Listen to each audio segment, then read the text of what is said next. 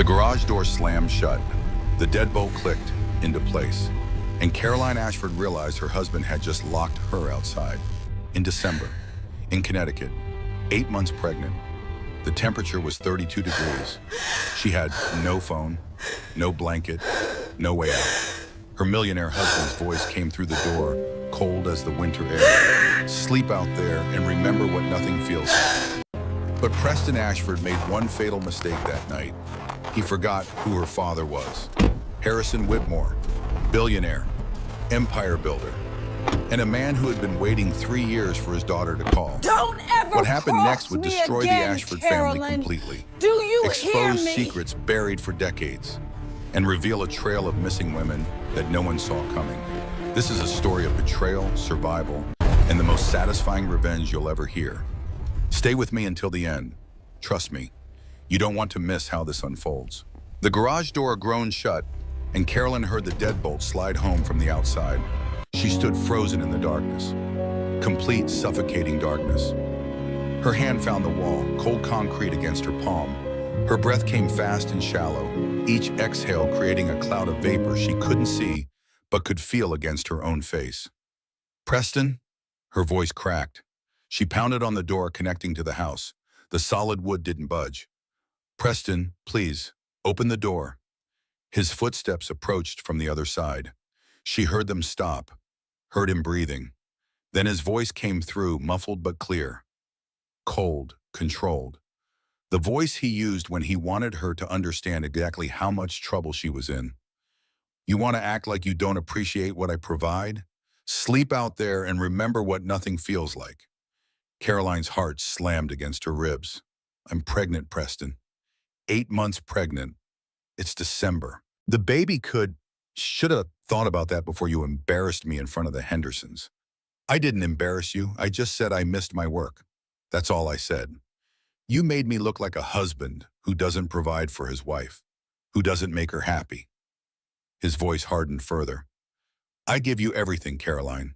This house, the cars, the clothes, and you sit there telling my business partners that you miss having a purpose? Like being my wife isn't enough?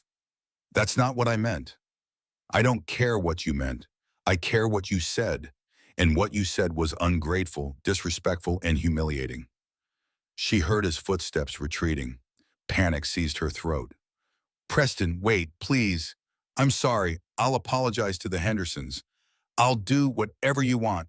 Just don't leave me out here. It's freezing. The baby... The hallway light clicked off. She saw the strip of light under the door disappear. Darkness everywhere now, complete and total. Preston! No response. Just the sound of his footsteps fading. A door closing somewhere in the house. Then silence. Caroline pressed her forehead against the cold wood. Her whole body trembled. From fear. From cold. From the terrible realization that this was actually happening. Her husband had locked her in an unheated garage. In Connecticut. In December. While she was 8 months pregnant with his child. She fumbled along the wall, searching for a light switch. Her fingers found it after what felt like an eternity. Fluorescent lights buzzed to life overhead, harsh and white, illuminating the space with cruel clarity. Preston's garage. His sanctuary. The place he kept his prized 1968 Mustang under a custom cover. The place where his golf club stood in the corner, each one worth more than Caroline's first car. The workbench with tools arranged by size, everything pristine, everything expensive, everything cold. Caroline hugged herself, rubbing her arms through the thin silk of her pajamas. She'd been getting ready for bed when Preston had grabbed her arm and dragged her down here. No coat, no shoes, nothing but the pale blue pajamas he'd bought her last Christmas. The temperature had to be below 40 degrees, maybe 35, maybe lower. Her breath fogged in the air with every exhale. She tried the exterior door, padlocked from outside. Of course, Preston thought of everything. Always 3 steps ahead, always in control. She checked her pockets, even though she knew they were empty. Her phone sat on the kitchen counter where she'd left it after dinner, where Preston had probably already hidden it or locked it away. The baby kicked hard against her ribs. Once, twice, 3 times. Insistent, frightened, as if sensing her fear. Caroline pressed both hands against her swollen belly. 8 months, 32 weeks. Her daughter was almost fully developed, almost ready to meet the world, almost safe, almost. It's okay, Carolyn whispered, her voice shaking. Mommy's going to figure this out. We're going to be okay. But even as she said the words, she didn't believe them. She searched the garage methodically, behind the Mustang, under the workbench, in the storage cabinets along the back wall, looking for anything that could provide warmth. A blanket, a space heater, an old coat, anything. The cabinets held car cleaning supplies, oil, wax, microfiber cloths, nothing useful, nothing warm. Preston had probably planned this, removed anything helpful days ago, weeks ago, waiting for her to give him a reason. And tonight, she finally had. In the far corner, behind a stack of cardboard boxes, she found a pile of moving blankets, the kind used to wrap furniture during transport. Heavy canvas, dusty, stained with motor oil, not blankets in any real sense, but better than nothing. Caroline dragged them to the corner farthest from the garage doors, where the cold seeped in through every crack. She wrapped two around herself, pulling them tight, trying to trap whatever body heat she had left. Then she lowered herself to the concrete floor, her back against the wall, her belly stretching the blankets tight. The cold came through anyway, through the canvas, through her silk pajamas, through her skin, settling into her bones like ice water. She started shivering, couldn't stop. Her teeth chattered so hard she worried she might crack them. The baby moved again, a slow roll this time, then stillness. "Stay warm," Carolyn whispered. "Stay safe in there. I'll protect you. I promise." But how? How could she protect her daughter when she couldn't even protect herself? She looked around the garage, trying to distract herself from the cold, trying to keep her mind from spiraling into full panic. The tools on the pegboard, she started counting them. Something to focus on, something methodical, something sane. 17 wrenches, arranged by size from smallest to largest. 9 screwdrivers, 4 flathead, and 5 Phillips. 4 levels of varying lengths. 2 hammers, 1 claw, and 1 ball peen. A set of socket wrenches in a red plastic case.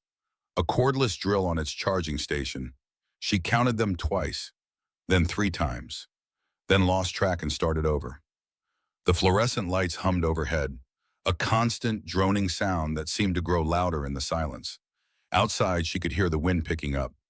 December in Connecticut. Snow predicted for later in the week. If Preston left her out here all night, what would happen? Hypothermia, frostbite, danger to the baby. Real, serious danger. Would he care? 3 years ago, she would have said yes, absolutely. Preston loved her. He showed it differently than other men, but he loved her. Now she wasn't sure what Preston felt. Wasn't sure he felt anything at all. Not really. Not the way normal people did. Carolyn thought about how she'd gotten here. To this garage, to this marriage, to this moment of counting tools to keep herself sane. She'd met Preston at a charity gala 4 years ago. She was 27, working as an assistant curator at the Morrison Gallery. He was 32, handsome, charming, overwhelming in his pursuit. He'd asked for her number, called the next day, taken her to dinner at a restaurant she couldn't have afforded on her own salary.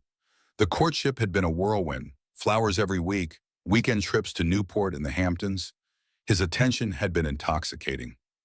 After years of dating men who couldn't commit, Preston's intensity felt like devotion. Her mother had been sick by then. Stage 3 breast cancer. The treatments weren't working. Margaret Whitmore was dying, and Caroline was desperate for something to hold on to. Someone to hold on to. Preston had been there. Attentive, supportive. He'd held her hand at hospital visits, brought flowers to her mother's room, charmed Margaret even as she grew weaker. "Be careful with him, sweetheart," Margaret had whispered during one of their last conversations. "He watches you like you're something he owns, not someone he loves." But Caroline hadn't listened. She'd been too deep in grief, too deep in love, too deep in Preston. Her father had tried to warn her too. Harrison Whitmore, the shipping magnate, the billionaire, the man who'd been too busy building his empire to be present during her childhood. He'd shown up at her apartment 2 weeks before the wedding. "I had someone investigate him," Harrison had said, his voice stiff and formal. Preston Ashford has been investigated twice for securities fraud. Both times the cases were dropped under suspicious circumstances. You investigated my fiancé? Carolyn had been furious. How dare you? I'm trying to protect you. By spying on the man I love? By treating him like a criminal? He approached me before you were even engaged, wanted to discuss investment opportunities. The man is after your trust fund, Caroline. After the shares in my company that come to you when I die. Or maybe he just wanted to connect with my family. Did you ever consider that? He's a con artist in a tailored suit, and you're a paranoid workaholic who's never been there for me when I needed you. Carolyn had opened the door, pointed to the hallway. Get out. Caroline, get out and don't come to the wedding. He hadn't, and she hadn't spoken to him since. 3 years of silence, 3 years of her father trying to reach out. Phone calls she didn't answer, letters she didn't open, Christmas cards she sent back unopened. Preston had encouraged the estrangement. Your father is toxic, Caroline. He's trying to control you, trying to keep you from being happy. You don't need someone like that in your life. And she'd believed him, because believing Preston was easier than admitting she might have made a mistake, than facing the possibility that her father had been right all along. Now she sat in a freezing garage, 8 months pregnant, counting tools to stay sane. And the person she'd cut out of her life was the only one who might have been able to help her. The baby kicked again, weaker this time, or maybe Caroline was just too cold to feel it properly. Please, she whispered, please be okay. Please stay warm. Please. She thought about the nursery upstairs, the room Preston had designed without consulting her. Gray walls, silver accents, a crib that cost more than most people's monthly rent. Cold and sterile and perfect, like everything else in Preston's life. She'd wanted yellow walls, soft and warm and cheerful. She'd wanted a rocking chair by the window where she could nurse the baby while watching the sunset over the gardens. Yellow is tacky, Preston had said when she mentioned it. Our daughter will have taste. She'll grow up surrounded by elegance. Our daughter, as if he cared, as if the baby was anything more than another possession, another thing to control. Carolyn pulled the oily blankets tighter. The shivering had become constant now. Her fingers and toes were going numb. The cold was winning. She looked at the door to the house. Solid wood. Locked. On the other side, Preston was probably sleeping in their king-size bed. The heated mattress pad she'd bought for his back problems, keeping him warm and comfortable. Did he know she could die out here? Did he care? The garage light flickered. The wind howled outside. And Caroline Whitmore, 8 months pregnant and freezing, made a decision. If she survived this night, everything changed. She couldn't keep living like this. Couldn't keep walking on eggshells. Couldn't keep apologizing for existing. Couldn't keep pretending that her husband's cruelty was love. Her mother had been right. Her father had been right. Everyone had been right except her. Preston Ashford was a monster. And she'd married him, but she didn't have to stay married to him.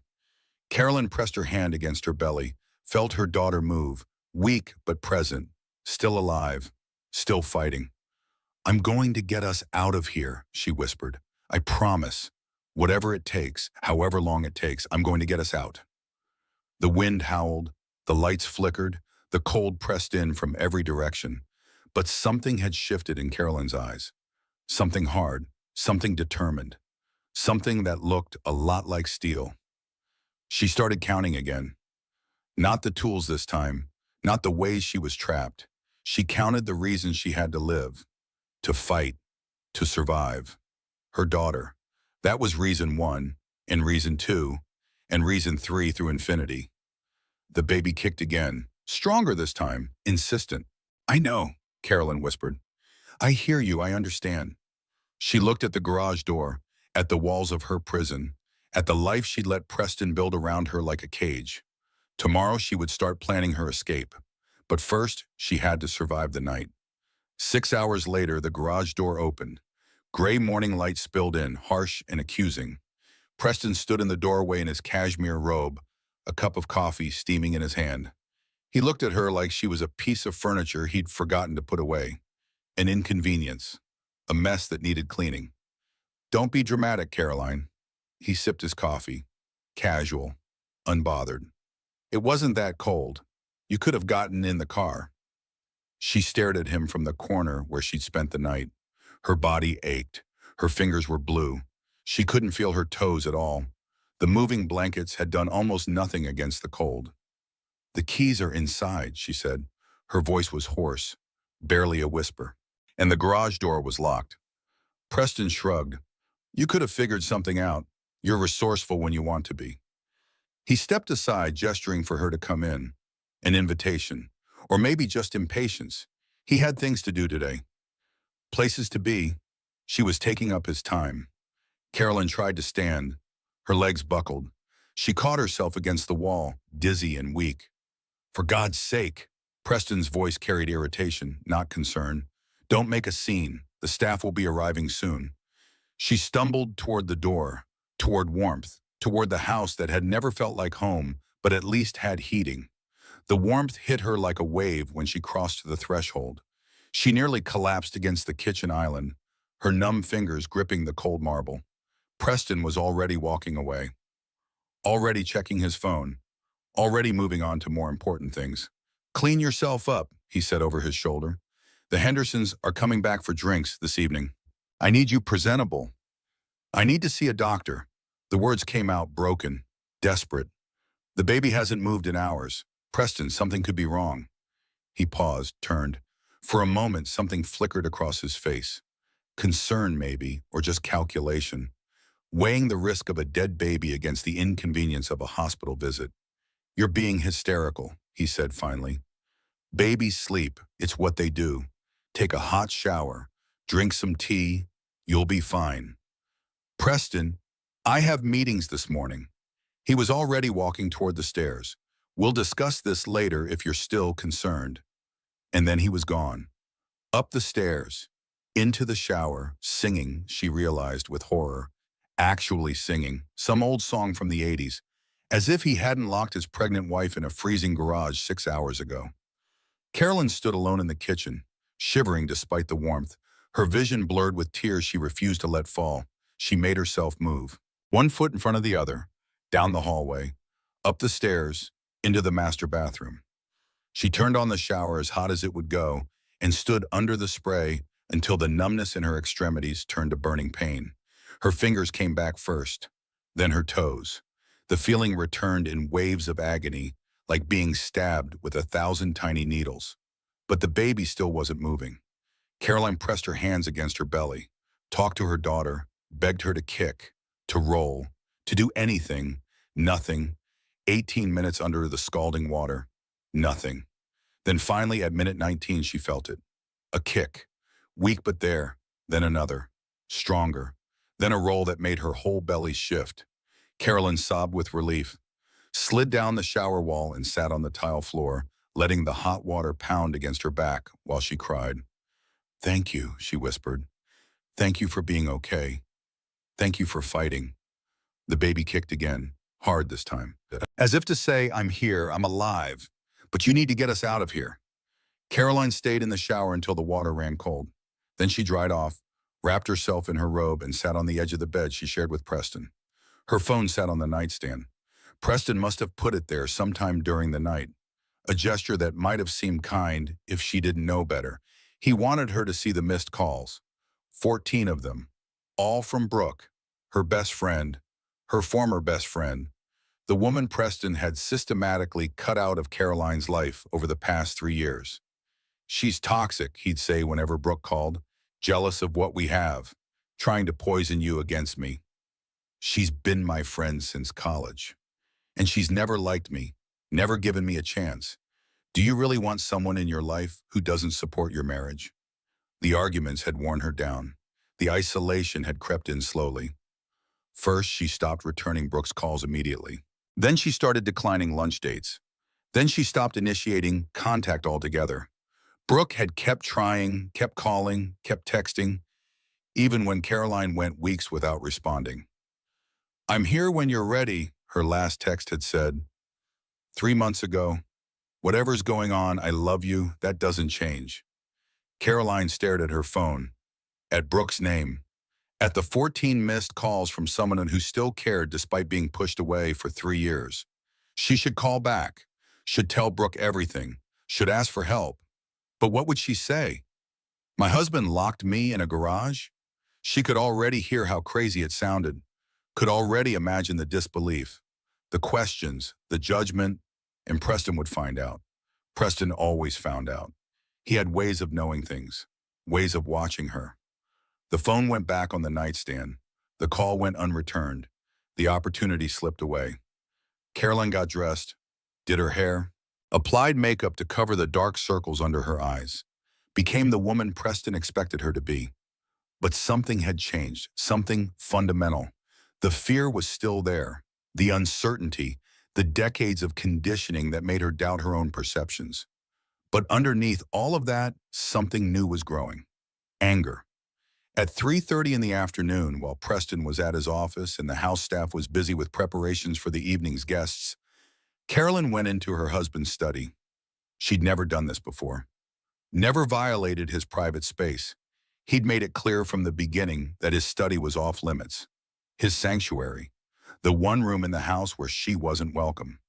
But she wasn't looking for permission anymore. The study was immaculate.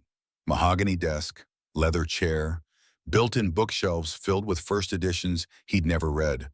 A computer she didn't have the password for, filing cabinets she'd never opened. She started with the desk drawers. The first held office supplies, pens, paper clips, a leather-bound notebook filled with numbers she didn't understand. Nothing useful.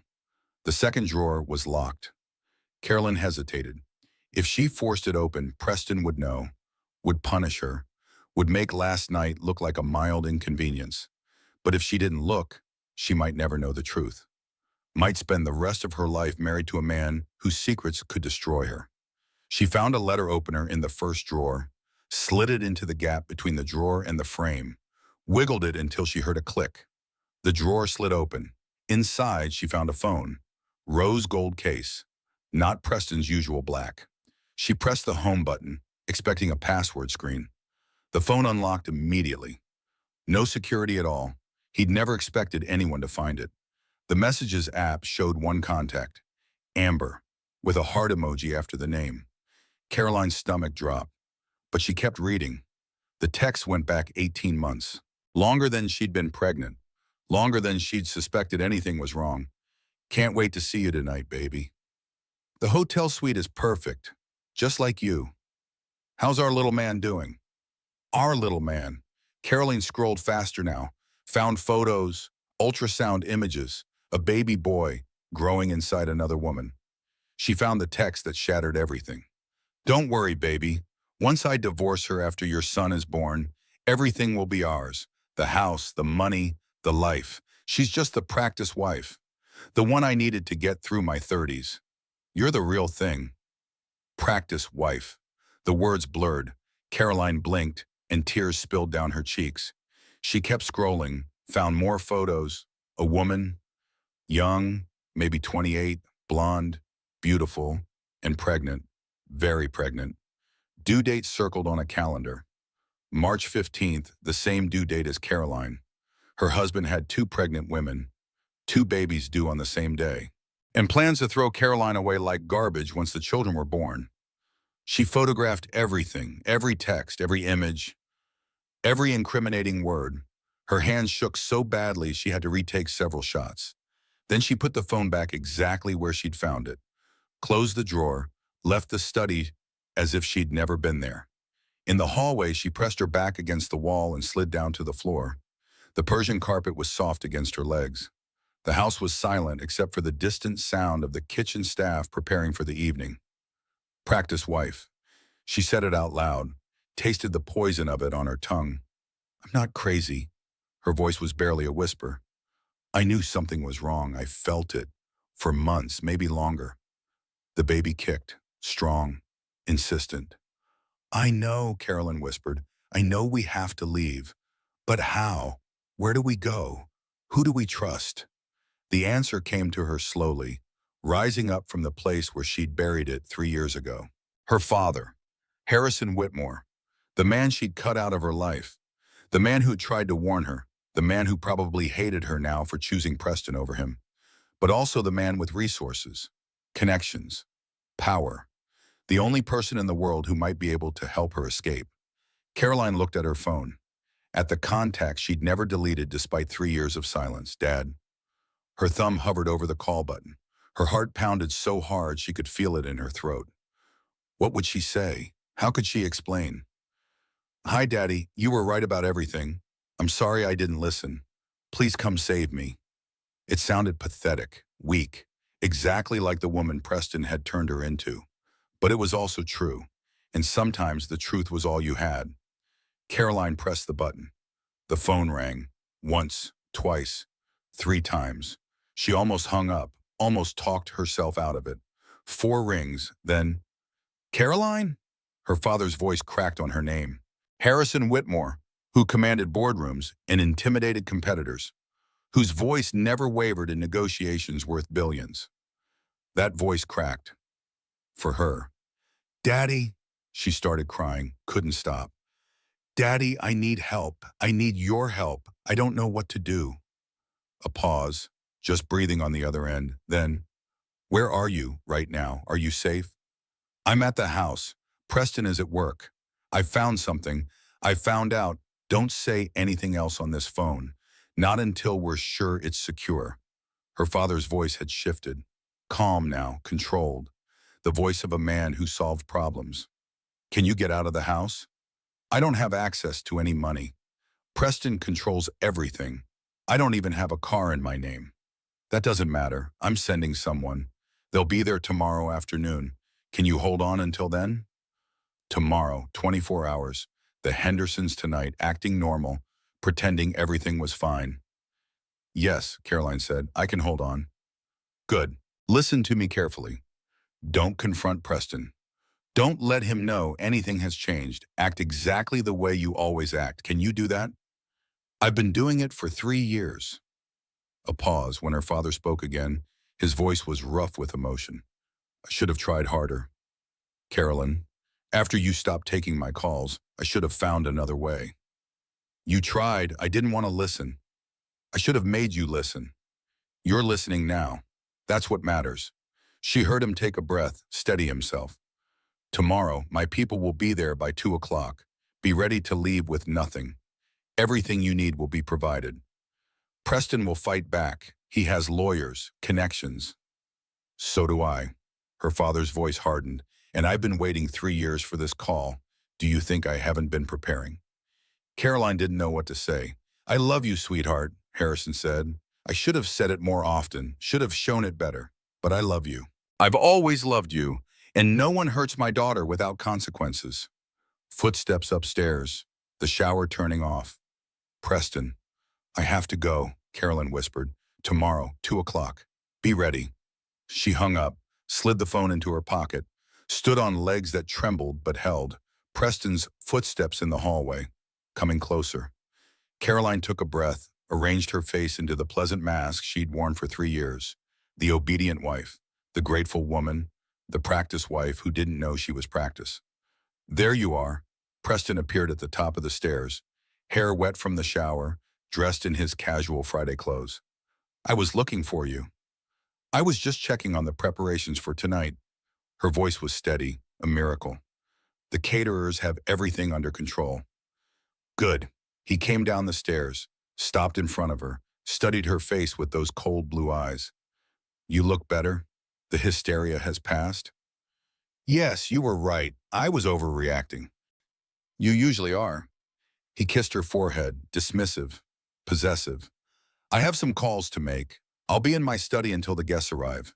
He walked past her, into his study, the door closed. Carolyn stood alone in the hallway, her heart pounding, her hands shaking inside her pockets where he couldn't see. 24 hours. She could survive 24 hours. The estrangement had started at her mother's funeral. But to understand it fully, Carolyn had to go back further. To understand the man her father was, the man she'd spent a lifetime resenting. Harrison Whitmore had built his shipping empire from nothing. His father had been a dock worker in Boston. His mother had cleaned houses for wealthy families on Beacon Hill. Harrison had grown up poor but ambitious, watching the ships come and go in the harbor, dreaming of owning them someday. By 25, he had his first boat, a rusted cargo vessel he had bought with borrowed money and sheer determination. By 30, he had a fleet of 12. By 40, Whitmore Shipping was one of the largest logistics companies on the eastern seaboard. But success had come with a price. Harrison had missed Caroline's first steps, her first words, her first day of school. He'd been closing deals while his daughter learned to ride a bike, negotiating contracts while she performed in school plays to empty seats. Margaret had covered for him, made excuses. Daddy wanted to be here, sweetheart. He's working hard so we can have nice things. Carolyn had believed it when she was young, then resented it when she was older, then accepted it as simply who her father was, a man who loved his work more than his family. Except that wasn't true. Carolyn understood that now, 3 years and one frozen garage night later. Harrison had loved Margaret desperately, completely, in the way that quiet men love, not with grand gestures and flowery words, but with steady presence and fierce protection. He'd been at the hospital every day during her illness, had held her hand through chemotherapy, had read to her when she was too weak to hold a book, had whispered words of love that Carolyn had pretended not to hear. When Margaret died, something in Harrison had broken. The man who'd built empires had crumbled, cried openly at the funeral, delivered a eulogy that had left the entire congregation in tears. She was my compass, he'd said. Every decision I ever made, I made for her, to give her the life she deserved. And now I don't know how to be without her. Carolyn had sat in the front row, Preston's arm around her shoulders, watching her father fall apart. She should have gone to him, should have held him, should have grieved together instead of apart. But Preston's grip had tightened, his whisper in her ear, "Let him get through it. You'll only make it worse. You know how you get emotional." And she'd stayed in her seat, frozen, obedient, already learning to defer to Preston's judgment over her own instincts. After the service, Harrison had approached them, his eyes red, his face aged a decade overnight. He'd wanted to talk to Caroline alone, just father and daughter, just a moment of connection in their shared grief. Preston had stepped aside, but hadn't gone far, had hovered at the edge of the room, watching, listening. "I had someone investigate him," Harrison had said quietly. "Preston, I know I should have told you sooner, but your mother was sick, and I didn't want to add to your stress." "You investigated my fiancé?" Even then, Carolyn had bristled. "On what grounds?" "On the grounds that I love you and something felt wrong." Harrison had pulled a folder from his jacket. "He's been investigated twice for securities fraud. The cases were dropped, but the pattern is there. Witnesses changing their stories. Evidence disappearing. That doesn't mean he's guilty. It means he was falsely accused. He approached me before you were engaged, wanted to discuss investment opportunities, asked about your trust fund, about the inheritance. Maybe he was trying to impress you, show you he was serious about providing for me. Or maybe he was sizing up the prize." Harrison's voice had hardened. "Caroline, I've been in business for 40 years. I know when someone is running a con, and your fiancé is running a con. You don't know him. I know his type. You know nothing." Carolyn had stepped back, away from her father, toward Preston, who had moved closer at the sound of raised voices. "Mom just died, and you're using it as an excuse to attack the man I love? I'm trying to protect you. You've never protected me. You've never been there. You chose your company over your family every single day of my life, and now you want to play concerned father? That's not fair." "Fair?" Carolyn had laughed bitterly. "You want to talk about fair? Mom covered for you for 20 years, made excuses for every missed birthday, every empty chair at school events, every time you chose work over us. Everything I did was for this family. You did it for yourself, for your ego, for your empire." Tears had streamed down her face. "And now Mom is gone and you're alone, and you can't stand that I have someone who loves me, someone who's actually there. Caroline, please, don't come to the wedding." The words had come out cold, final. "Don't call me, don't write. I don't want to hear from you again." She'd walked away, Preston's arm around her waist, his voice murmuring comfort and validation. "You did the right thing, baby. He would have made the wedding miserable. He's toxic, jealous. You don't need that negativity in your life. And Carolyn had believed him, had let Preston drive her back to the city, had cried in his arms while he stroked her hair and told her she was better off without her father. 3 years. 3 years of silence, of returned letters and ignored calls, of Preston monitoring her phone to make sure she didn't weaken. Your father called again, he'd say casually. I deleted the voicemail. You don't need to hear his manipulation. She'd let him control who she talked to, what she heard, what she knew. And all the while her father had been waiting, preparing, knowing that someday she would call. Now, sitting in a secure penthouse apartment in Boston, 24 hours after her rescue, Caroline finally heard the full story. I never stopped watching over you, Harrison said. He sat across from her in a leather armchair, looking older than she remembered. Grayer, the lines around his eyes deeper. I knew I couldn't reach you directly. Preston had you too well controlled, so I found other ways. What kind of ways? Hired investigators to keep tabs on you, made sure you weren't being physically harmed, tracked your medical records through a friend who's a hospital administrator. He paused. When I saw the pregnancy, I almost broke down your door. Why didn't you? Because I didn't know the full extent of his control over you. Because I was afraid that if I forced myself into your life, you'd disappear completely. Go somewhere I couldn't find you. His voice cracked.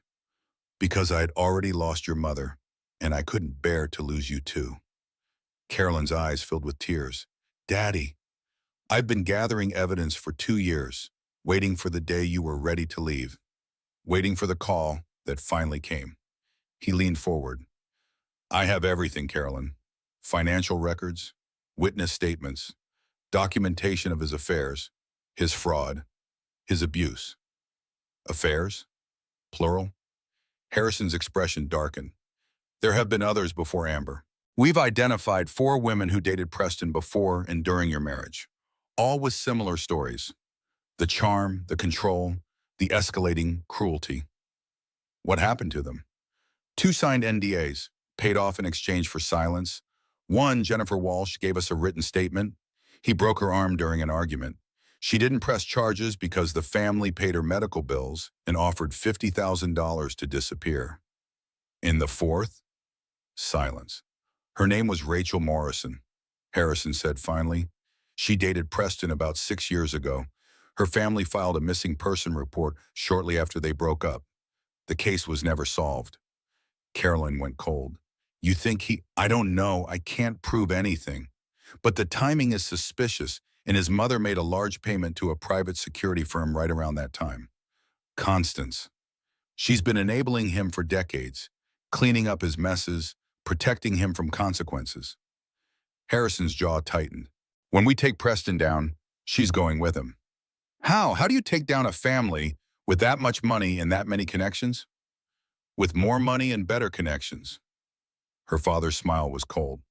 I've spent 40 years building relationships with people who matter. Judges, senators, federal prosecutors. The Ashfords think they're untouchable, but they've never gone against someone with real power. And what do? You rest, you recover, you focus on bringing my granddaughter safely into the world. Harrison reached across and took her hand. Let me handle Preston. That's what fathers do. They protect their children. Tears spilled down Caroline's cheeks. All those years of resentment, all those years of believing her father didn't care. And he'd been watching over her the whole time, waiting for her to come back to him. I'm sorry, she whispered, for everything I said at the funeral, for cutting you out, for believing Preston over you. You were grieving. He took advantage of that. That's not your fault. I should have listened. You're here now. Harrison squeezed her hand. That's all that matters. The baby kicked, strong and insistent. She's active today, Carolyn said, pressing her free hand to her belly. I think she knows something's changing. She's a fighter, like her mother. Harrison smiled, and for a moment he looked like the father she remembered from childhood.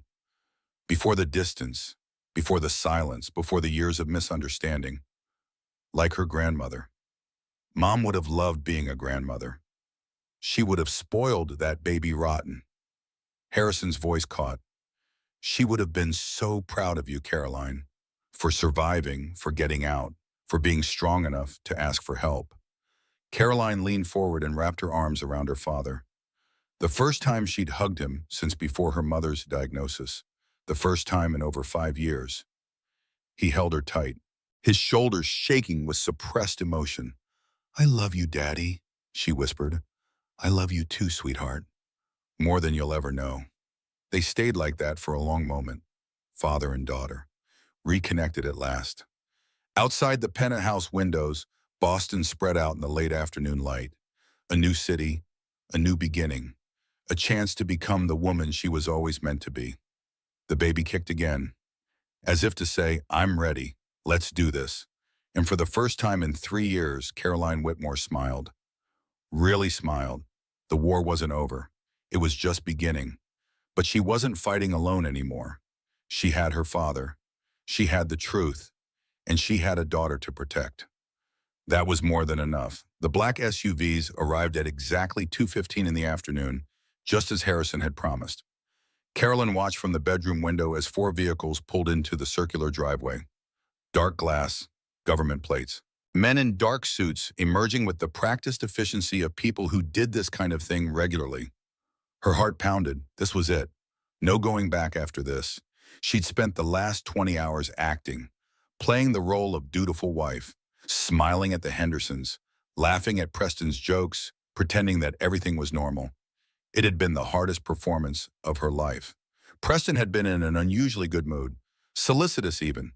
He'd brought her tea in bed that morning, asked how she was feeling, talked about the nursery and whether they should hire a night nurse. For a moment, just in a moment, she'd almost believed it, almost convinced herself that she'd imagined the garage. The other woman. The cruelty. Then she'd remembered the text messages, practice wife, and the moment had passed. Now Preston was at his office, blissfully unaware that his world was about to collapse, and Caroline was about to walk away from everything she'd known for 3 years. She picked up the small bag she'd packed, just essentials, her mother's pearl earrings, the diamond bracelet Margaret had worn on her wedding day, a few pieces of clothing, the baby blanket with the little ducks that Preston had thrown in the trash and she'd secretly rescued. Nothing else mattered. Nothing else was worth keeping.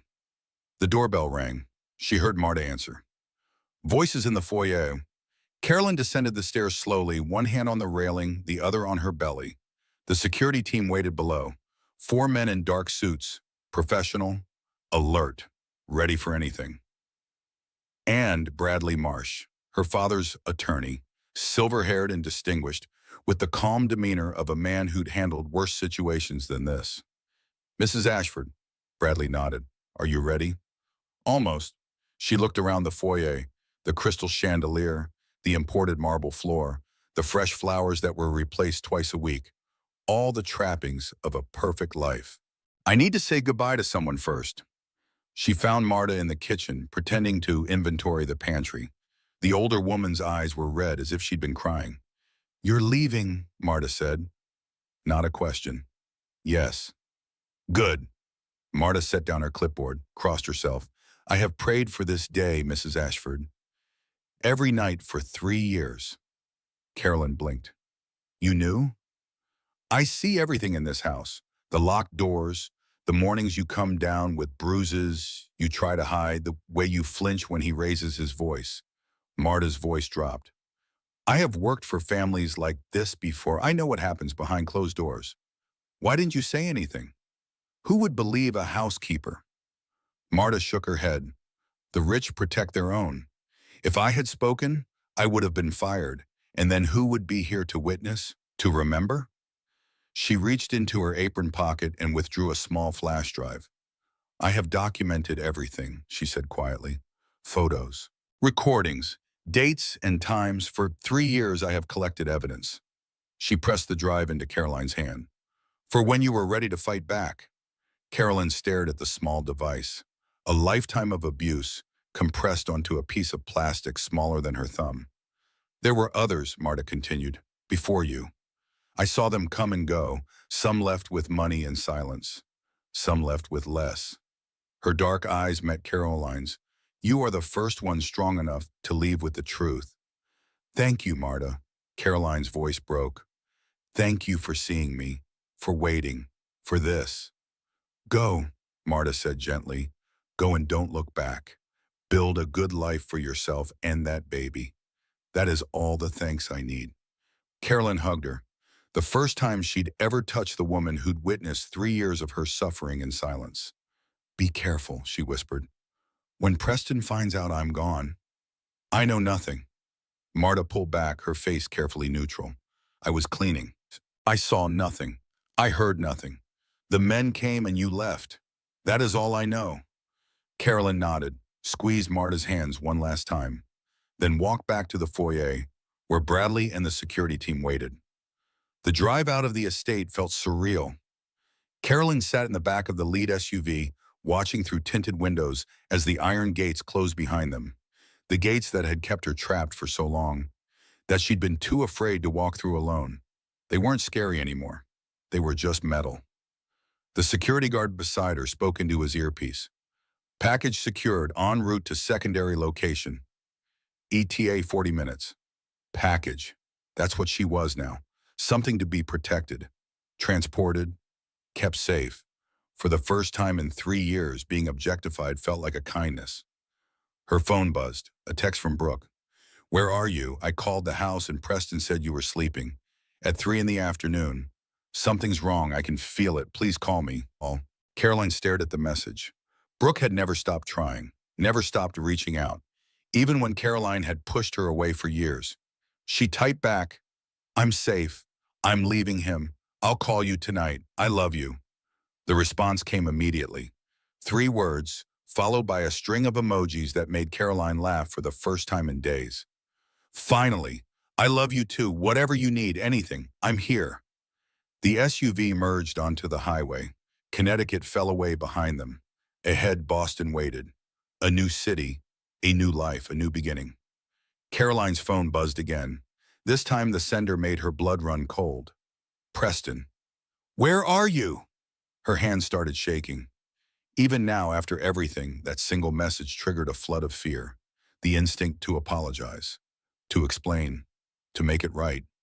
The guard beside her glanced over. Everything okay, ma'am? Carolyn stared at the screen, at the capital letters that had controlled her life for 3 years. Then she typed one word, gone, and blocked his number. The satisfaction lasted exactly 3 seconds. Then the fear crashed in. What would he do? How would he react? Would he come after her, hurt someone she loved? Breathe, Mrs. Ashford. The guard's voice was calm, professional. He can't reach you anymore. He has money, connections. He'll find a way. Your father has more money and better connections, and he's been preparing for this for a long time. The guard's expression softened slightly. You're safe now. That's what matters. Safe. The word felt foreign, like a language she'd forgotten how to speak. The SUV continued toward Boston, toward her father, toward freedom. Behind her, the life she'd known for 3 years faded into the distance. She didn't look back. 3 hours later, Caroline sat in the penthouse apartment her father had prepared, top floor of a secure building in Back Bay. 24-hour security, panic buttons in every room. A medical team on call for the baby. The luxury felt strange after the cold precision of Preston's world. The same expensive furniture, the same high ceilings, but different somehow. Warmer, more human. Maybe because she wasn't a prisoner here. Maybe because she could leave whenever she wanted. Harrison arrived at 6 o'clock carrying flowers and a shopping bag full of prenatal vitamins. The doctor says your iron is low, he said by way of greeting, and your stress hormones are elevated. No surprise there. I'm fine, Daddy. You're not fine. You spent a night in a freezing garage 8 months pregnant. You're traumatized and exhausted and running on adrenaline. He set down the shopping bag and turned to face her.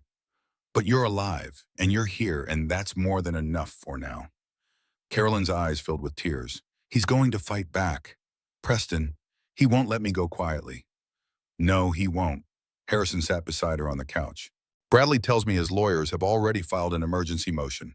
They're claiming you're mentally unstable, that you fled the marital home in a state of psychiatric crisis. That's insane. That's strategy.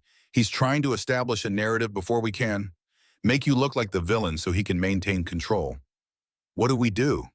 We fight back with the truth. Harrison pulled a folder from his briefcase. Bradley is filing our response tomorrow morning. Countersuit for divorce, restraining order, and a detailed affidavit documenting every incident of abuse you can remember. Every incident? Caroline's voice wavered. That could take days. Then it takes days. Every detail matters. Every bruise, every locked door, every cruel word. Her father's expression hardened. We're going to destroy him, Caroline. Completely. Legally. Publicly. When we're done, he won't have the reputation to win a custody battle. He won't have the money to fight back. He won't have anything left. Caroline looked down at her belly. The baby was quiet now, resting after a day of upheaval. I just want it to be over, she whispered. It will be. Soon. Harrison took her hand. But first we fight. And Whitmores don't lose fights. For the first time since the garage, something loosened in Caroline's chest. She wasn't alone anymore. Wasn't fighting by herself. She had her father, the truth, and a daughter worth protecting. The war was just beginning, but she was finally ready to win. 23 minutes after Caroline blocked Preston's number, his lawyers contacted hers. She was barely settled in the penthouse, still processing the reality of freedom, still jumping at every sound. Then Bradley Marsh knocked on her door with a folder in his hands and an expression that made her stomach drop. He's filing for emergency custody, Bradley said, of the unborn child. Caroline's blood went cold. He can do that? He's trying. The petition claims maternal mental instability and flight risk. He's requesting that you be compelled to return to the marital home until the child is born. Mental instability? Her voice rose. He locked me in a freezing garage. He's the one who's unstable. I know that, you know that, but the Connecticut family court doesn't know that yet. Bradley sat across from her. His voice was calm, measured, the voice of a man who'd fought these battles before. We need to file our response within 48 hours, and we need it to be devastating. What do we need? Documentation, medical records from your hypothermia treatment, photographs of any injuries, witness statements from anyone who saw the abuse. There's Marta, the housekeeper. She gave me a flash drive before I left. Bradley's eyebrows rose. What's on it? She said evidence, photos, recordings. I haven't looked at it yet. May I? Caroline handed over the small device. Bradley inserted it into his laptop. She watched his face as he scrolled through the contents. His expression shifted from professional interest to something darker. This is extensive, he said finally. Security camera footage, timestamp photographs, audio recordings of arguments. He looked up. Mrs. Ashford, there's a recording here from 2 months ago. Do you remember an incident in the kitchen? Something about dinner? Caroline flinched. She remembered. She'd overcooked the salmon. Preston had been entertaining clients the next day and wanted to practice the menu. When the fish came out dry, he'd grabbed her wrist hard enough to leave bruises. He twisted my arm, she said quietly, told me I was worthless, that any idiot could follow a recipe. The audio is clear. His words, "You're crying," a crashing sound that I assume is a plate being thrown. He threw my dinner against the wall, said I didn't deserve to eat if I couldn't cook properly. Bradley made a note. This is admissible. All of it. Marta documented everything with timestamps and locations. She's a better investigator than most professionals I've worked with. She said there were others before me. We've identified 4 women, 2 with NDAs, 1 willing to give a statement, 1 missing. Bradley paused. The missing one concerns me. Rachel Morrison. You know about her? My father told me. Bradley nodded slowly. We can't prove anything regarding Ms. Morrison, but we can establish a pattern. 4 women with similar stories. The same progression from charm to control to cruelty. That's powerful evidence in a custody case. It's not enough. Caroline stood, walked to the window. The Boston skyline spread before her, unfamiliar and cold. Preston has money, connections. His family has been bribing their way out of trouble for generations. 1 flash drive isn't going to stop him. No, it won't. Bradley joined her at the window. But it's a start, and we have something Preston doesn't have. What's that? The truth, in a very angry billionaire who's been waiting 3 years to deploy it. The next 48 hours were a blur of depositions, meetings, and paperwork. Dr. Rebecca Thornton, Carolyn's OBGYN, provided a detailed medical report documenting the hypothermia symptoms, the elevated stress hormones, and the potential risk to the baby. She was willing to testify that Caroline's physical condition was consistent with spending an extended period in freezing temperatures. Brooke Sullivan flew in from New York and gave a 4-hour statement about Caroline's progressive isolation over the 3 years of her marriage, the friends who'd stopped calling, the family events she'd missed, the woman she'd become. She used to be so vibrant, Brooke said, her voice cracking, so confident, so alive. And then she married him, and every time I saw her, there was less of her, like he was erasing her piece by piece. The forensic accountant, Gloria, completed her analysis of Marta's financial documents. The results were damning. Preston Ashford has been systematically transferring marital assets to offshore accounts for the past 18 months, Gloria reported.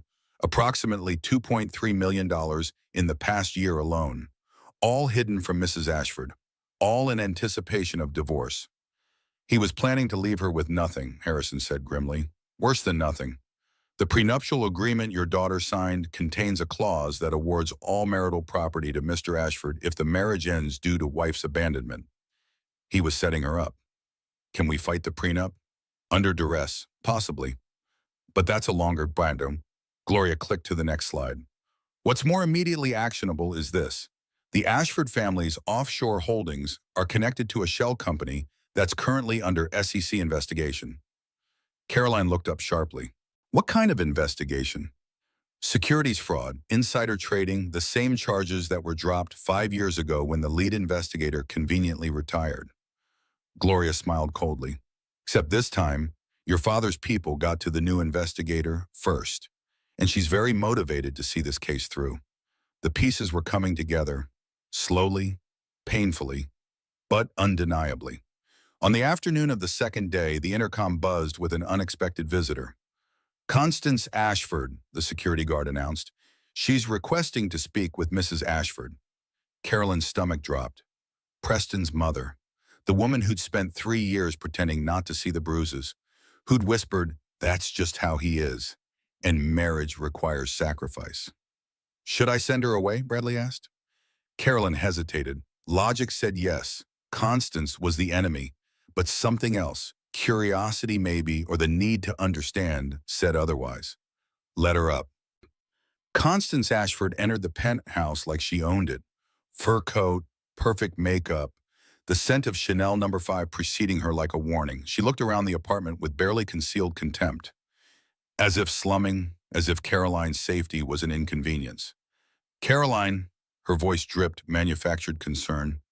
Darling, what is all this nonsense? Which nonsense specifically? Carolyn's voice was calm. She surprised herself with how steady it sounded. The part where your son locked me in a garage to freeze? Or the part where he's been cheating on me for our entire marriage? Constance's smile tightened. You're clearly overwrought. The pregnancy hormones, the stress of the move. Preston is worried sick about you. Preston is worried about losing control of me. That's unfair. Sit. Carolyn stepped closer. Tell me something, Constance. How many other women have you had this conversation with? How many other wives or girlfriends have you convinced to come back quietly? Something flickered in Constance's eyes. Fear, maybe, or just calculation. I don't know what you're talking about. Jennifer Walsh. She dated Preston 8 years ago. He broke her arm. You paid her $50,000 to disappear. Carolyn watched Constance's face pale. And Rachel Morrison, the one who didn't just disappear from Preston's life, the one who disappeared entirely. I had nothing to do with that girl. Your charity made a significant payment to a private security firm right around the time she went missing. We have the records, Constance. We have everything. Silence, the kind that screams. Constance recovered quickly, her face rearranging into its usual mask of genteel contempt. You're making a terrible mistake, Caroline. Come home, we'll get you help. therapy, medication if needed. The baby will be born properly, surrounded by family. Your family is the reason I need therapy. We'll increase your allowance, give you more freedom, whatever you need to feel comfortable. I need my husband to not lock me in freezing garages. I need my mother-in-law to not cover up his crimes. I need to raise my daughter somewhere safe. Carolyn's voice hardened, none of which your family can provide. Constance's mask dropped. For the first time, Carolyn saw the woman beneath. Cold, calculating, dangerous. You have no idea what you're starting, Constance said softly. The Ashfords have connections you can't imagine. Judges, senators, people who owe us favors going back generations. Fight us, and I promise you'll lose everything, including that baby. Caroline didn't flinch. Get out. Excuse me? Get out of my apartment. Get out of my life and tell your son that every secret he has is about to become public. Every lie, every affair, every dollar he's stolen. Constance's hand rose. For a moment, Carolyn thought she might actually strike her. Then the older woman remembered where she was, the security cameras, the witnesses. Her hand dropped. Her smile returned, cold as winter. You'll regret this, Carolyn. Mark my words. She swept out without another word. The door slammed behind her. Caroline stood alone in the living room. Her heart pounded, her hands shook, but she didn't cry didn't collapse. She walked to the window and watched Constance's car pull away. The woman who'd enabled her son's cruelty for decades, who'd bought silence from his victims, who'd threatened Caroline's unborn daughter. I'm not afraid of you, Carolyn whispered to the empty room. Not anymore. The baby kicked, strong, insistent. I know, Caroline said, pressing her hand to her belly. We're going to be okay. I promise. And for the first time since the garage, she believed it. The woman who destroyed her marriage showed up at Caroline's door 3 days later, crying. Caroline had been resting on the doctor's orders. Her blood pressure was elevated. The stress of the custody battle was affecting the baby. She was supposed to be calm, relaxed, focused on bringing her daughter safely into the world. Instead, she was staring at Amber Sinclair through the security monitor. Preston's mistress, the mother of his secret son, the woman he'd called his real thing. She was beautiful. Carolyn couldn't deny that, young and blonde and glowing with the kind of pregnancy that belonged on magazine covers. But her face was streaked with tears. Her designer clothes were wrinkled, and her eyes held something Caroline recognized immediately. Fear, the specific, desperate fear of a woman who trusted Preston Ashford. Send her up, Caroline told the security guard. Bradley protested. Harrison protested more loudly. But Caroline was done letting other people make her decisions. I need to hear what she has to say. Amber entered the penthouse like a wounded animal, wary, skittish, ready to bolt at any moment. I know you hate me, she said before Caroline could speak. I know what I did to your marriage. I know I have no right to be here. Then why are you here? Because I don't know where else to, Amber's voice cracked. He lied to me about everything. He said you were mentally unstable, that the marriage was only on paper, that his family forced it for business reasons. And you believed him? I believed him because I wanted to. Amber wiped her eyes with the back of her hand, her mascara smeared. She didn't seem to notice. I was 25 when we met, working as a receptionist at a law firm. He walked in looking like everything I'd ever dreamed of. Rich, handsome, charming, interested in me. He's good at that, Caroline said quietly, making women feel special. He told me I was different, that what we had was real, that you were just an obligation he'd fulfill until he could be free. Amber laughed bitterly. I was so stupid. How did you find out the truth? He came to my apartment 3 nights ago, drunk, furious, said his wife had escaped and her father was trying to destroy him. Amber's face paled at the memory. He was so angry, Caroline. I've never seen him like that. He threw a lamp at the wall, called me names, said if I ever talked to you, he'd make sure I disappeared, like the others. Caroline went cold. What others? I didn't know what he meant. Not then, so I started looking, searching his name. searching for other women he'd dated. Amber pulled out her phone. I found them in pieces, different social media accounts, old news stories, a missing persons forum. She handed Caroline the phone. The screen showed a group text conversation, 4 women, all with variations of the same story. The charm, the control, the cruelty, the disappearance, sometimes voluntary, sometimes not. One name stood out, Rachel Morrison. She went missing 6 years ago, Amber said, right after she tried to leave Preston. Her family still posts on anniversary dates, still hoping someone will come forward with information. Carolyn stared at Rachel's photograph. Young, pretty, blonde, the type Preston preferred. Had Rachel stood in a freezing garage too? Had she discovered a hidden phone full of lies? Had she tried to escape? And if so, what had stopped her? We have to tell someone, Carolyn said. Tell them what? Amber's voice rose. I have suspicions. You have suspicions. But Preston has lawyers and money and connections. He told me if I went to the police, he'd have me committed. Said no one would believe a hysterical pregnant woman over a respected businessman. Caroline recognized those words. Preston had used similar ones on her, many times. Then we don't go to the police alone, she said slowly. We go together, with evidence, with documentation, with everything we have. Amber stared at her. You'd do that? Work with me? I don't have a choice. Carolyn set down the phone. Preston used us both, manipulated us both, hurt us both. The only way either of us survives is if we fight back together. But I destroyed your marriage. I'm carrying his child. How can you even look at me? Carolyn considered the question. She should hate Amber, should want her destroyed along with Preston, should feel nothing but contempt for the woman who'd been sleeping with her husband for 2 years. But sitting here looking at Amber's tear-streaked face, all she felt was recognition. You didn't destroy my marriage, she said quietly. Preston destroyed it. Before you were even in the picture. You're not my enemy, Amber. You're another victim, another woman who believed his lies. Amber started crying again, harder this time. The kind of crying that came from somewhere deep. The release of years of tension. Carolyn handed her a tissue, then another. Waited until the storm passed. Stay here, Swansty said finally. My father's security will protect you. Both of you. Why, May? Amber wiped her face. Why would you help me after everything? Because someday our children are going to ask us how we met. And I'd rather tell them we became allies than enemies. Carolyn paused. And because no woman should have to face Preston Ashford alone.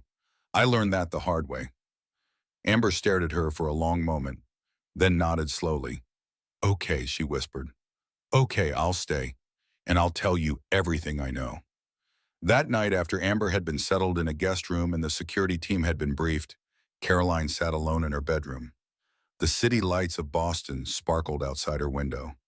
A new city, a new life, and now a new ally in the most unlikely of places. She thought about Preston, about the man she'd married, the monster she'd escaped. He'd had 2 pregnant women at the same time, 2 babies due on the same day. One to inherit his empire, one to discard.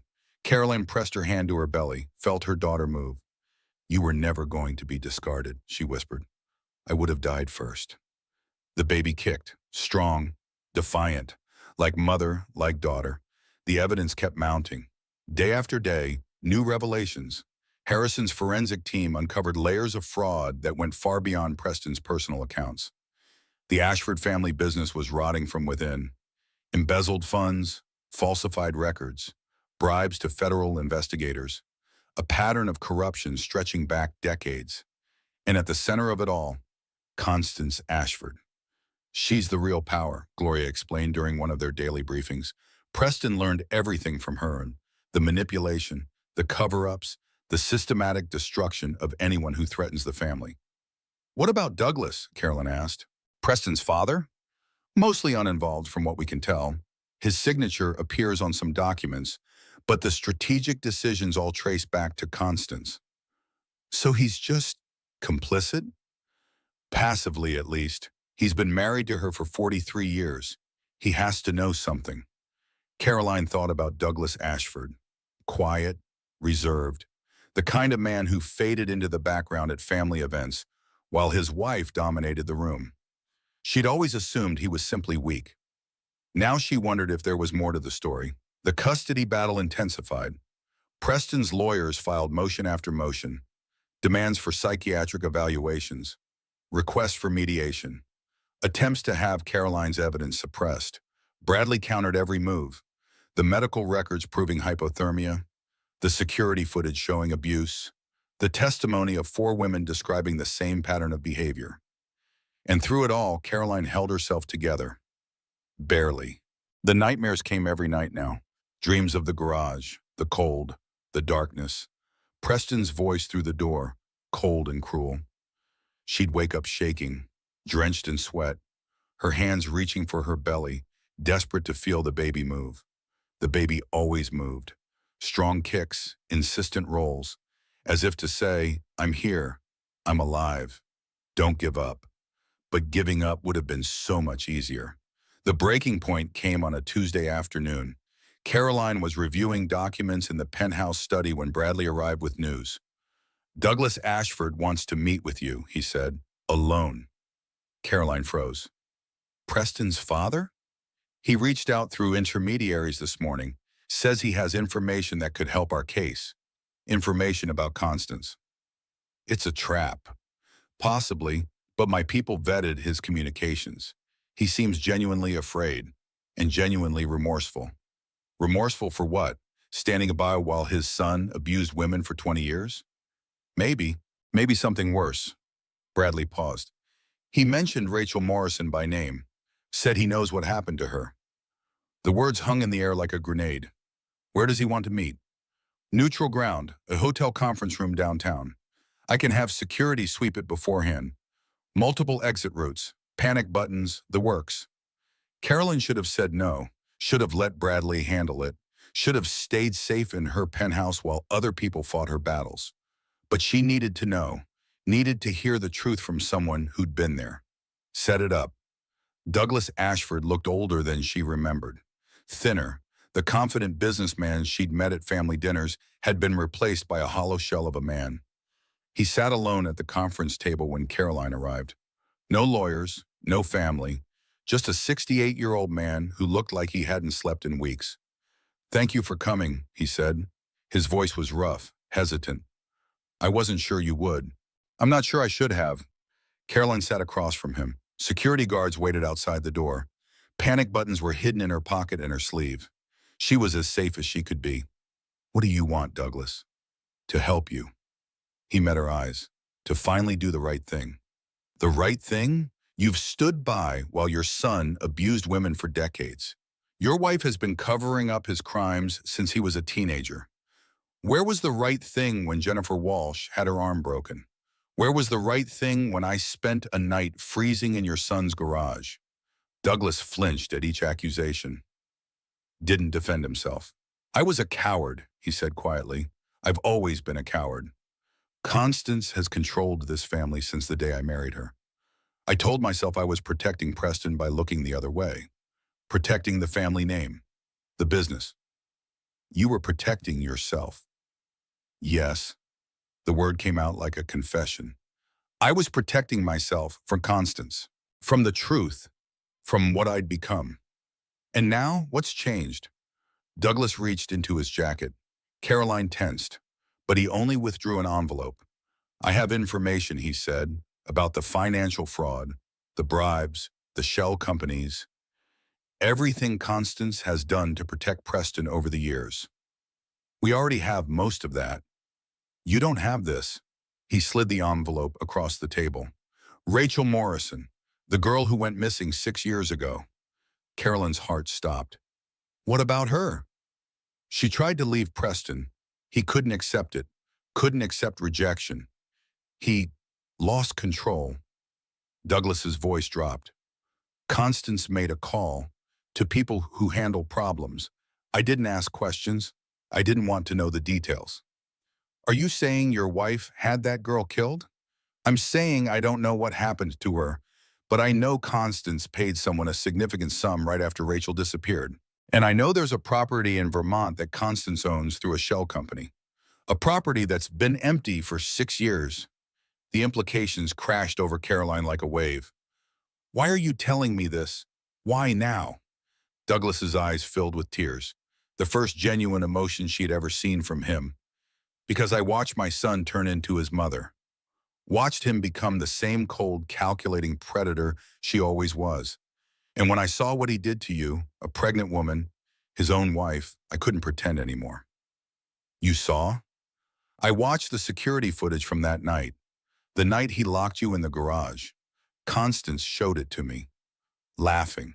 Said Preston had finally learned how to handle a difficult wife. His voice broke. I didn't laugh. I couldn't, because I saw my son become the monster I'd been running from for 40 years. Carolyn stared at him. This broken man, this accomplice to decades of abuse.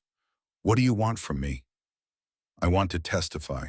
Against Constance, against Preston, against everything my family has done. He pushed the envelope closer. But I need protection. If Constance finds out I'm talking to you, she'll destroy me. The way she destroyed Rachel. The way she'll try to destroy you. You want me to feel sorry for you? No, and Douglas shook his head. I want you to use me. I'm a witness to 30 years of Constance's crimes. I have documentation she doesn't know exists.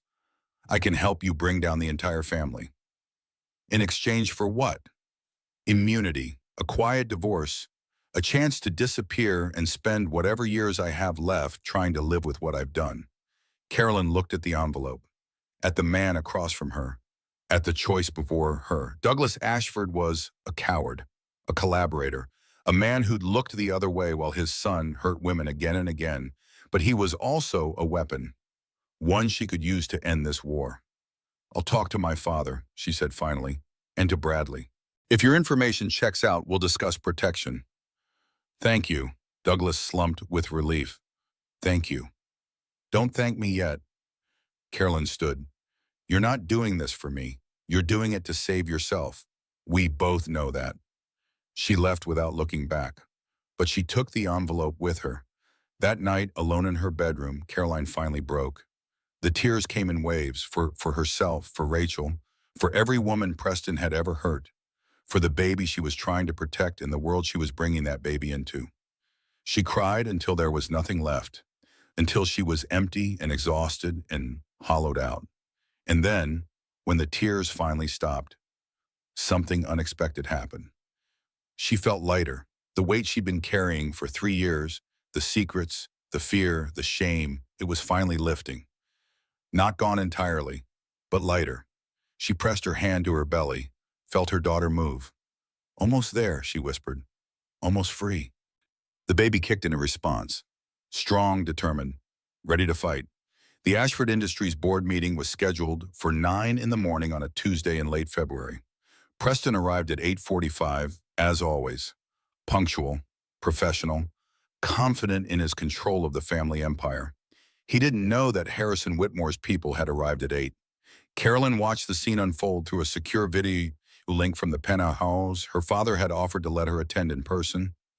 She'd declined. The stress wasn't good for the baby, and honestly, she wasn't sure she could face Preston without losing control.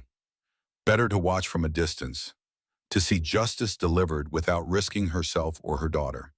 The boardroom filled with dark suits, 12 directors, most of whom had served for decades. Old money protecting old money. The Ashford way. Preston entered right on schedule. Tailored suit, perfect hair, the confident stride of a man who owned the room. He stopped cold when he saw Harrison at the head of the table. What is this? His voice was tight, controlled. But Carolyn could see the fear flickering behind his eyes. This is a private company meeting. You have no right to be here. I have every right. Harrison's voice was ice.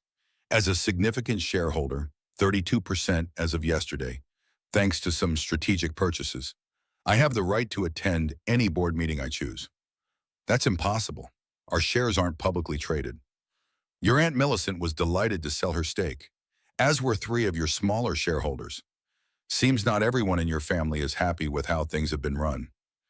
Harrison gestured to the empty chair across from him. Sit down, Preston. We have a lot to discuss. Preston sat slowly. His eyes swept the room, assessing threats. looking for allies, finding none. This is about Caroline, so he said, about our divorce. It has nothing to do with the company. On the contrary. Harrison nodded to Bradley, who began distributing folders to the board members. It has everything to do with the company, because the same man who abused my daughter has been systematically defrauding this company for years. The folder contents spread across the table.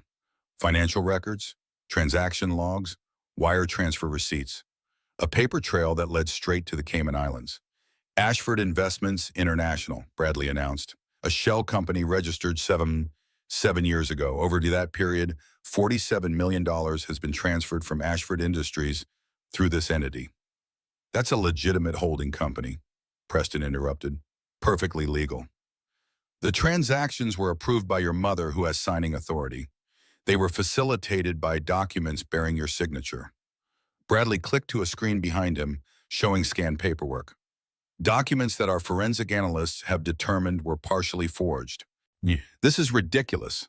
Furthermore, an SEC investigation into these transactions 5 years ago was terminated prematurely when the lead investigator resigned and moved to a luxury property in Florida. Bank records show a payment of $1.2 million from an account controlled by Constance Ashford to that investigator 3 weeks before his resignation. The board members were reading now, their faces growing grimmer with each page. Preston's confidence was cracking. These are lies, fabrications. Harrison Whitmore is trying to destroy my family because his daughter chose me over him. Chose you? Harrison's voice rose for the first time. She didn't choose you. You manipulated her, isolated her, abused her. He clicked to the next image on the screen. Carolyn's face appeared. Bruised, taken by Dr. Thornton the morning after the garage. The room fell silent. This is my daughter, Harrison said quietly. 8 months pregnant.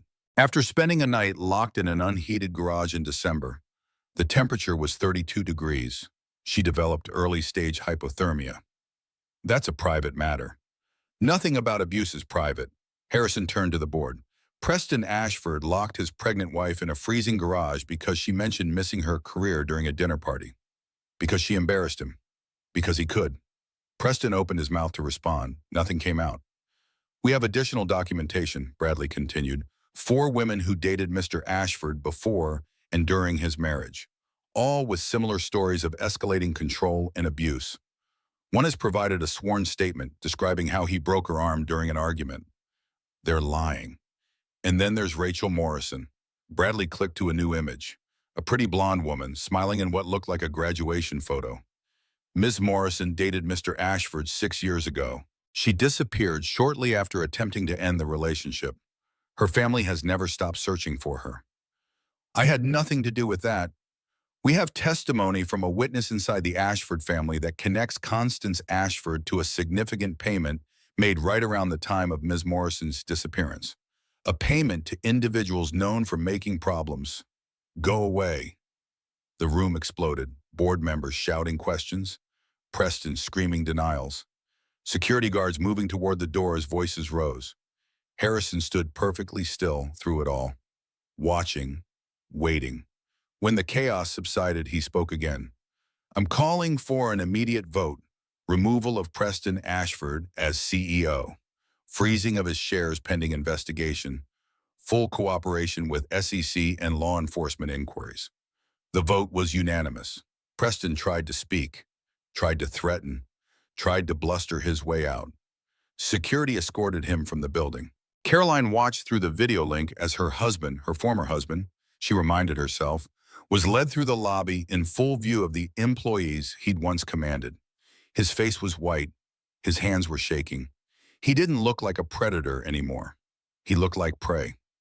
At 10:37, SEC agents arrived at the Ashford mansion. Constance Ashford was arrested in her own foyer. The cameras captured everything. The perfect society matriarch in handcuffs. The designer dress. The shocked expression that quickly turned to fury. You have no idea who you're dealing with, she spat at the agents. This is a mistake, a terrible mistake. They read her rights anyway. The headline broke within the hour. Ashford family empire crumbles amid fraud and abuse allegations. Caroline turned off the television. Harrison called 30 minutes later. His voice was tired but triumphant. "It's done," he said. "Preston has nothing left. No money to fight for custody. No reputation to win in court. The house of cards has collapsed."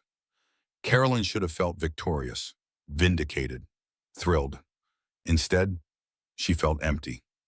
"What happens now?" she asked. "Now we wait. The SEC investigation will take months. Criminal charges will follow.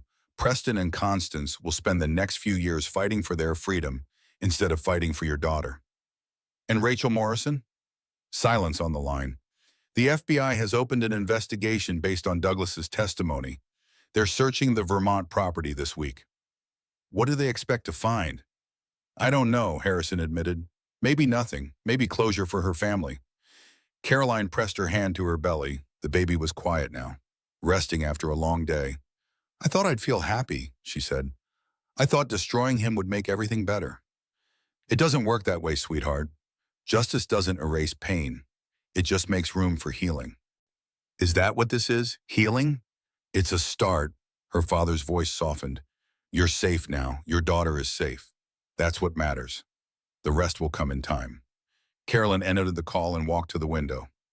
Boston spread out before her in the late afternoon light. A city she barely knew, a life she was just beginning to imagine. Behind her, a television showed footage of Constance being led into a federal building. Ahead of her, an uncertain future stretched into the distance. But somewhere in the middle, something had shifted. She wasn't afraid anymore. The monster was caged. The truth was out, and she was still standing. That would have to be enough for now. Preston came to the penthouse at midnight, 3 days after his world collapsed. Carolyn had known he would come, had prepared for it. Security had been doubled. Panic buttons had been distributed. The building was locked down tighter than a prison. But she'd given permission for him to enter anyway. "Are you sure about this?" Bradley had asked. "I need to see him," Caroline had replied. "One last time, on my terms." And so Preston Ashford stood in her living room at 20 minutes past midnight, looking like a ghost of the man she'd married. He was unshaven, hollow-eyed. The tailored suit was wrinkled. The confidence that had once filled every room was gone, replaced by something desperate and small. "You have to stop this," he said. The words came out slurred. He'd been drinking. A lot. "Call off your father. Drop the charges. I'll give you whatever you want." "Whatever I want." Carolyn sat in an armchair by the window, calm, composed. The security guard stood near the door, close enough to intervene if needed. "That's interesting, because what I want is something you can never give me. Name it. Money, the house, full custody. I'll sign anything. I want my 3 years back." Her voice was quiet, steady. "I want the woman I was before I met you. I want the career I gave up, the friends I lost, the relationship with my father that you poisoned. I want the nights I spent crying alone, wondering what I'd done wrong. I want the hope and the joy and the possibility that you systematically destroyed." Preston stared at her. "Caroline, you called me a practice wife." The words hung in the air between them. "In a text to your mistress, you said I was just the one you needed to get through your 30s, that she was the real thing. I didn't mean. You meant every word. And the worst part is, I believed you. I believed I was lucky to be with you. Believed that your cruelty was somehow my fault. Believed that if I just tried harder, was better, was more of whatever you needed, you would love me the way I needed to be loved." Tears slid down her cheeks, not from sadness, from release. "I wasted 3 years of my life on that belief. 3 years of walking on eggshells. 3 years of apologizing for existing. 3 years of letting you remake me into someone I didn't recognize." Preston sat down heavily on the couch. The fight seemed to drain out of him. "I'm sorry," he whispered. "No, you're not." Carolyn wiped her face. "You're sorry you got caught. You're sorry your empire collapsed. You're sorry your mother is facing federal charges. But you're not sorry for what you did to me. You're not capable of that kind of empathy. That's not true. Don't." Her voice sharpened. "Don't lie to me anymore. I've heard enough lies to last a lifetime." Silence stretched between them. The clock on the wall ticked steadily. Outside the window, Boston slept, unaware of the drama unfolding in a penthouse apartment. "What happens now?" Preston asked finally. Carolyn reached to the side table, picked up a folder, handed it to him. "Divorce papers. You sign them tonight. You relinquish all claim to our daughter. You accept the financial terms Bradley has outlined. And if I don't, then my father continues to pursue maximum sentences. Your mother dies in prison. You spend the next 20 years fighting charges you can't beat. And when you finally get out, if you get out, you have nothing. No money, no reputation, no family." Preston looked at the papers. His hands shook as he flipped through the pages. "This leaves me with nothing. It leaves you with your freedom. For now." Carolyn's voice hardened. "It's more than you deserve. More than you gave the women who came before me. I never—" "Rachel Morrison." The name fell between them like a stone. "The FBI found human remains on that Vermont property yesterday. They're running day tests now." Preston's face went white, truly white, the color of fear. I didn't know." "Maybe you didn't. Maybe your mother kept that from you too. But you knew something. You always knew something." Caroline leaned forward. "Sign the papers, Preston. Walk away. It's the only smart choice you have left." For a long moment, he just sat there, staring at the documents, at the end of everything he'd built. Then he signed. His signature was shaky, barely legible, but legally binding. "This isn't over," he said as he stood. "Monday, when the dust settles, the dust will never settle for you." Carolyn remained seated, calm, untouchable. "Every day for the rest of your life, you'll wake up knowing that your empire collapsed because you couldn't resist being cruel, because you had to break people to feel powerful, because somewhere deep inside, you are exactly as hollow and empty as your mother raised you to be." Preston moved toward the door, then stopped, turned back. "I did love you," he said. "In my way. Whatever you think, I did love you." "No." Caroline met his eyes. "You possessed me. There's a difference." He left without another word. The door clicked shut behind him. Caroline sat alone in the silence. Her hands weren't shaking. Her heart was steady. The terror she'd felt for 3 years had been replaced by something calmer, something stronger. She walked to the window, watched Preston's car pull away from the building, watched him disappear into the night. She didn't feel triumphant, didn't feel vindicated, just tired. Profoundly, completely tired. But underneath the exhaustion, something else was growing. Hope. She pressed her hand to her belly, felt her daughter kick in response. "It's over," she whispered. "We did it. We're finally free."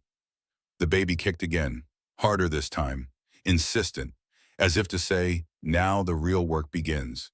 Grace Elizabeth Whitmore was born on March 15th at 7:22 in the morning, during the first real snowfall of spring. Caroline had been in labor for 16 hours, the longest 16 hours of her life, but also the most important. Brooke held her hand through the worst of it. Her father paced the waiting room until the nurses asked him to stop. Dr. Thornton guided her through each contraction with calm professionalism and unexpected warmth. And when it was over, when the pain gave way to exhaustion and then to something else entirely, they placed a tiny, squalling, perfect baby in her arms. Grace, 7 pounds, 4 ounces, 10 fingers, 10 toes. A shock of dark hair that would lighten over time. Eyes that would eventually turn the same gray as her mother's. "Hello, little one," Caroline whispered through her tears. "I've been waiting for you. So long, so desperately, and now you're here." Grace blinked up at her, new to the world, trusting, perfect. The next 3 days in the hospital blurred together, a constant stream of visitors and feelings and firsts. First bath, first feeding, first diaper change that resulted in both mother and daughter crying from frustration. Harrison came every morning and evening. He held Grace like she was made of glass. Tears streamed down his face the first time. "She looks like Margaret," he said. "Your mother, the same chin. The same way of looking at you like she already knows all your secrets." "She's going to be stubborn," Carolyn replied. "I can tell already." "Good," Harrison smiled. "She'll need to be." Brooke visited twice a day, bringing gossip and terrible hospital coffee and the kind of friendship that doesn't need explaining. "You did it," She said during one visit, watching Grace sleep in her bassinet. You actually did it.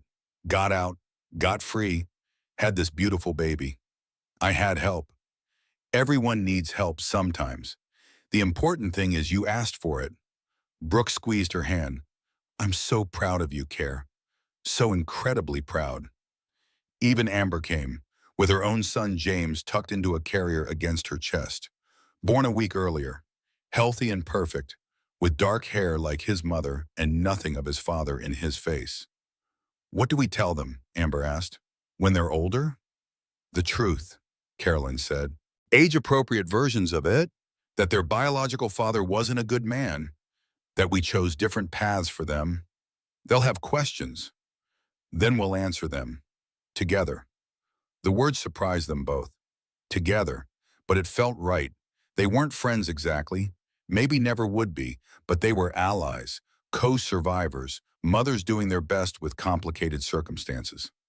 Caroline went home to a new apartment after 5 days. Not a penthouse this time. A modest 2-bedroom in a brownstone near Boston Common. Close to her father. Close to Brooke. Close to everything she'd been missing for 3 years. The first night alone with Grace was terrifying. Every sound made her jump. Every silence made her panic. At 2 in the morning, when Grace wouldn't stop crying and Caroline couldn't figure out what was wrong, she sat on the nursery floor and cried right along with her daughter. I don't know what I'm doing, she sobbed. I don't know how to be a mother. I can barely take care of myself, Grace wailed in response, unconsoled, unimpressed. But eventually, somehow, the crying stopped. Grace fell asleep against Caroline's chest, and Caroline realized something important. She didn't have to know what she was doing. She just had to keep trying, keep showing up, keep loving this tiny person with everything she had. That was enough. That was more than enough. The weeks became months. Caroline started working again, consulting for galleries at first, then taking on small restoration projects in a studio she rented downtown. The work was slow, methodical, healing, taking broken things and making them beautiful again. Amber moved back to Connecticut to be closer to her family. Weekly phone calls became monthly texts, became the kind of distant friendship that didn't need constant contact to remain real. Harrison sold his shipping empire to a competitor, retired, spent his days with Grace, changed more diapers at 62 than he had in his entire life. I miss this with you, he told Caroline one afternoon. Grace was asleep in his arms, her tiny hand wrapped around his finger. I was always working when you were this age, always somewhere else. You're here now, Caroline replied. That's what matters. Your mother used to say that, near the end. He smiled sadly. She was always right about the important things. Preston's criminal trial began in September. Caroline didn't attend, couldn't bring herself to see him again, even in a courtroom surrounded by lawyers and security guards. But she read the updates, watched the news coverage, saw the parade of witnesses who testified about his pattern of abuse, his financial crimes, his systematic destruction of everyone who trusted him. He was convicted on 12 counts of fraud and 3 counts of domestic battery, sentenced to 7 years in federal prison. Constance received 15 years for money laundering and obstruction of justice. The investigation into Rachel Morrison's death remained open. The DNA tests had confirmed the remains on the Vermont property belonged to the missing woman, but direct evidence connecting the Ashfords was still being gathered. Douglas testified against both of them in exchange for immunity. He disappeared afterward, into a quiet retirement somewhere in Europe. Carolyn never heard from him again. She didn't forgive him. Couldn't. But she understood, in a way, how people got trapped in situations they didn't know how to escape. She understood that better than most. 1 year after Grace was born, winter again, but different now. Carolyn stood in the garage of her brownstone, heated, organized, full of children's toys and art supplies and the trappings of a normal, happy life. She thought about another garage, another winter, the cold that had seeped into her bones, the tools she'd counted to keep from losing her mind. 17 wrenches, 9 screwdrivers, 4 levels. She didn't count tools anymore. Now she counted other things. Grace's fingers, 10. Grace's toes, 10. Reasons to be grateful. Too many to name. The doorbell rang. Harrison arriving for his Saturday visit. Carolyn scooped up Grace, walking now, babbling constantly, fierce and stubborn, and absolutely perfect, and carried her to the front door. "Grandpa!" Grace shrieked when she saw Harrison, her favorite word these days. Everything was Grandpa. The dog they passed on walks, the mailman, the tree outside her window. "There's my girl." Harrison swept Grace into his arms. "I brought you something." "Pa!" Grace grabbed for his glasses, her current obsession. "Not the glasses, sweetheart. Something better." He pulled a small box from his pocket. "This was your grandmother's. Her mother gave it to her when she was just a little girl. And now I'm giving it to you." Inside the box was a tiny silver bracelet. Delicate, old, beautiful. "Oh, Daddy!" Carolyn's eyes filled with tears. Mom's bracelet. She wanted Grace to have it. She told me so, near the end. Said even if she never got to meet her grandchildren, she wanted them to have something of hers. Carolyn fastened the bracelet around Grace's chubby wrist. Her daughter looked at it curiously, then promptly tried to put it in her mouth. "She would have loved you," Carolyn whispered to Grace. "So much. She would have loved you so much." That night, after Harrison had gone home and Grace had finally fallen asleep, Caroline sat alone in her living room. The apartment was quiet, peaceful, filled with the soft breathing of her sleeping daughter and the distant sounds of the city outside. She thought about everything that had led to this moment: the garage, the escape, the battle, the victory. She thought about the woman she used to be, the woman Preston had tried to destroy. She thought about the woman she'd become: a mother, a daughter, a survivor, a woman who had walked through fire and come out the other side. Not unscathed. The scars would always be there. The nightmares still came sometimes. The flinch response when someone raised their voice. The way she sometimes checked the locks 3 times before bed. But she was healing, day by day, hour by hour, and that was enough. Carolyn walked to Grace's room, stood in the doorway watching her daughter sleep. The nursery was painted yellow, soft, warm, cheerful, everything Preston had refused to give her, everything she'd finally given herself. "I kept my promise," she whispered to her sleeping daughter. "I got us out. I kept you safe. And I'm going to keep keeping you safe for as long as I live." Grace stirred, made a small sound, then settled back into sleep. Outside the window, snow was beginning to fall, the first snowfall of another winter. But Caroline wasn't cold anymore. She was home. She was free. And she was finally, after 3 long years, exactly where she was meant to be. And that's Caroline's story. A woman who survived the unthinkable and came out stronger on the other side. If this story touched your heart, if you felt her pain and celebrated her victory, I'd love to hear from you. Drop a comment and tell me, what would you have done in Caroline's shoes? And if you haven't already, hit that subscribe button and turn on notifications. New stories like this drop every week. Stories of strength, stories of justice, stories that remind us why we never give up. Thank you for listening. See you in the next one.